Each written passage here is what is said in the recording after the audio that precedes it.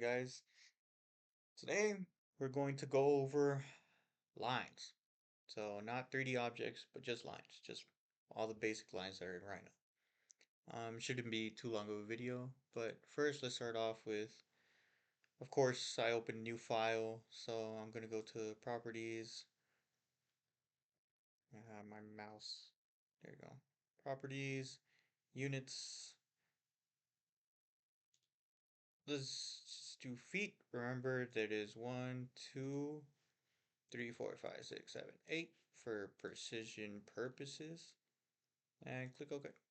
So we're going to be mainly working in top view, and I will be changing my default layer color to red. That way y'all can actually see the lines. But first, let's start off with line, a polyline, which is basically just your regular schmegular, just how to make a line. Seems pretty simple. There's also, you can pick a point if you turn off grid snap. Let's say, actually, let's turn it back on. Pick a point. Let's say you want your line to be 20 feet long. So all you have to do is type it 20 in the top corner. And here you can see that your line will automatically be 20 feet long. Now to be able, right now I'm just moving it around.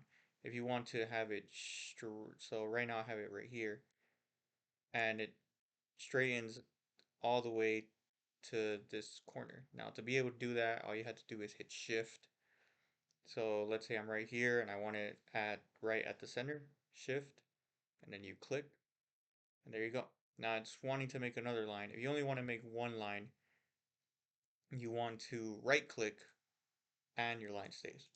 Now obviously, if you want to keep on making the lines, you can just keep on making the lines however you really want, and you end up with weird objects. Now obviously, once you're actually doing projects, you're going to have precise measurements, or at least as close to precise measurements as you can.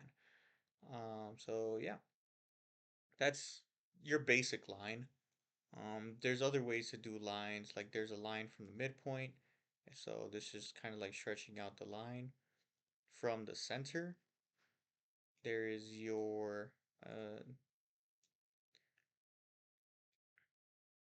single line, which it just allows you to do a single line, but doesn't allow you to do all the other lines as I was doing before. And there's a lot of other types of lines. I would recommend for y'all to mess around with these, see what they do. Um, the ones that you're going to use most are going to be polyline and single line. I've actually never used any of these before, but I encourage y'all to definitely play with them and definitely practice with them. And there's also curves. So if you just click the normal box, there's right there. You click another point, and you can click another point and another point, and you can basically make curved lines. Now, those aren't the only ways to make the curved lines. There's also the interpolate points, which means you could do that, that, that, that, and it'll just make your curve a little bit more accurate. Here, I just kind of misaligned it just a little bit right there. But overall, it's going to make your curves a little bit more accurate. Now, you also have your circles, which right here is basically your center to radius. So if you want a radius of, let's say, 15, all you gotta do is 15, and there you go. But now the distance from the center to here should in theory be 15 feet. Now this isn't the only way to make a circle. You can also make a circle by diameter. So you can choose one end and have the other end be 15. Now your circle is going to be 15 in diameter, not just in radius. And there's also the circle from 3 points. So you choose 1, 2, and then 3. This isn't as precise. a way to do it. I like the other two better. And then there's also ellipses, which essentially is the same thing, except you're making an ellipse. So here, here, and then you stretch out like this to make that ellipse. And you have the diameter one, which I prefer to use, which is from here to there. And you stretch out the ellipse. And that basically gives you that. You can also make, there's also other ways to do it, similar to the circle. You have your arcs, which you can start from there, start from here, and it'll create an arc all the way across so you can make half circles. There's also the arc endpoint, point on arc, so you can just choose that, and it'll make an arch like this way. Kind of similar to the ellipse, except, you're just stretching it out. Same thing, you could put 3, 4, I mean, you could put 6, and it'll be able to make you an arc there. There's also this one, which is slightly different. So it gives you this longer line to have a little bit of a more controlled arc. So as you can see, but it gives you similar results. And of course you have your rectangles. Rectangles you're going to be using quite a bit. You have your normal rectangle, which is just corner to corner. But something else that's very useful is that you also have your rectangle for 3 points. Now this is one I very much like to use because you could choose this one, and then let's say you want a rectangle that is 4 by 8.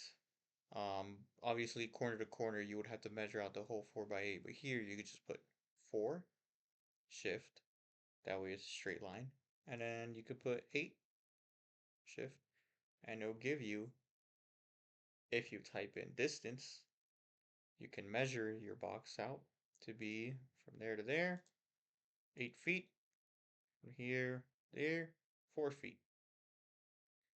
Seems very basic. And that's basically like most of your basic lines. You also have like polygons. And even with the polygons, you can do number of sides, edit out the number of sides up here. Let's say I want to do 7. So now it'll have 7 sides. Pretty simple, pretty basic stuff in terms of lines. It isn't too complicated right now. Um, all it really is just point, point, point, point, point. Pretty basic. There's also a way to cut your lines. So if you want to, let's say I do a box like that, and then that's using the poly lines, and then this is using the corner to corner.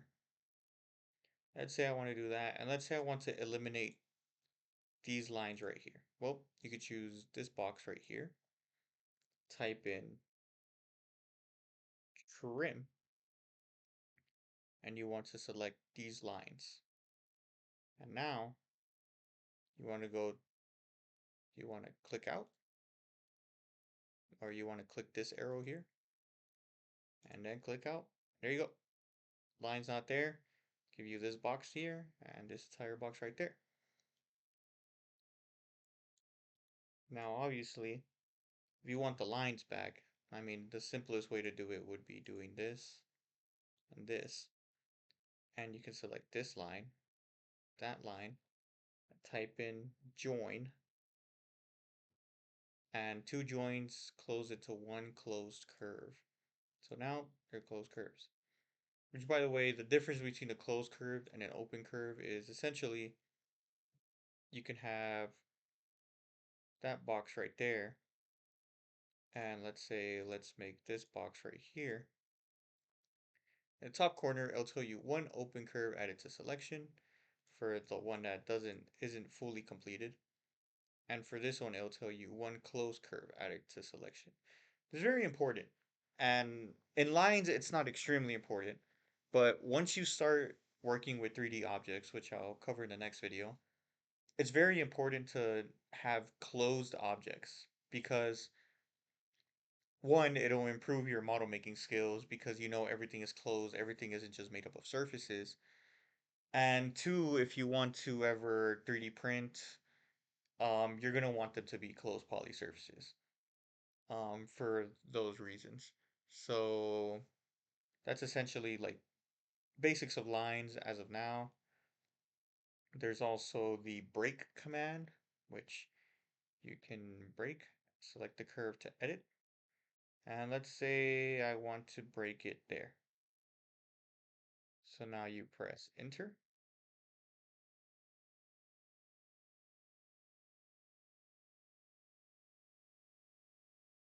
Actually, this works a lot better like this. Sorry guys, break, select this curve, point of deletion, all the way up to there, and there you go.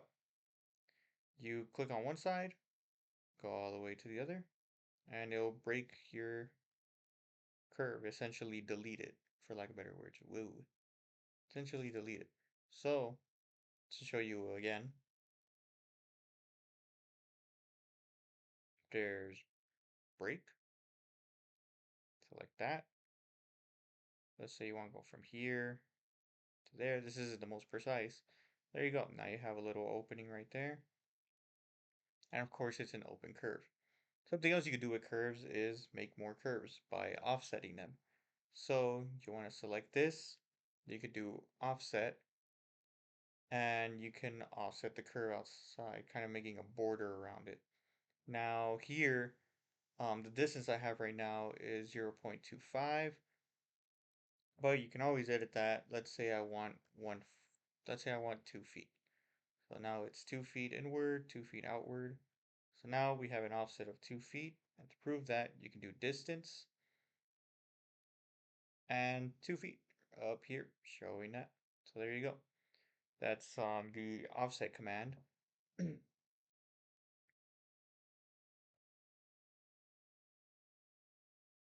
And that is basically your basics of lines.